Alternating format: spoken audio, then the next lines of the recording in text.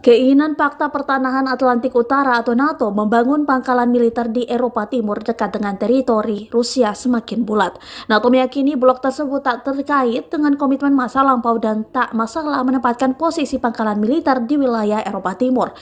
Hal ini disampaikan Wakil Sekretaris Jenderal NATO Minggu 29 Mei 2022. Mereka Rusia mengambil keputusan mereka membuat kewajiban untuk tak menyerang negara tetangganya yang kini malah mereka lakukan dan melakukan konsultasi reguler dengan NATO yang tidak mereka lakukan, kata Geoana saat berbicara di ibu kota Lithuania Vilnius, dikutip dari AFP. Jadi saya rasa undang-undang pendiri ini tidak berfungsi karena Rusia, lanjutnya. Hubungan NATO dan Rusia juga disebut Geoana terikat dalam Undang-Undang Pendirian NATO Rusia pada tahun 1997. Aturannya menyebutkan Rusia menerima kembali blok tersebut. Keduanya setuju untuk mencegah penempatan pasukan konvensional yang dapat mengancam beberapa wilayah Eropa yang disepakati, termasuk Eropa Tengah dan Timur. Namun, pernyataan tersebut dianggap batal karena Rusia menyerang Ukraina dan tak ingin berdialog.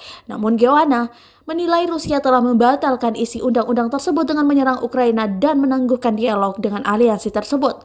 Rusia menurutnya telah secara efektif meninggalkan aturan tersebut, sehingga baginya tak ada batasan lagi terkait aturan penempatan wilayah pangkalan militer.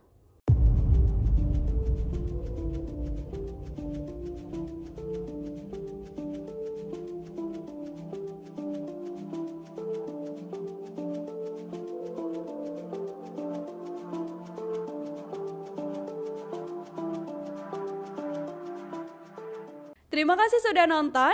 Jangan lupa like, subscribe, dan share ya.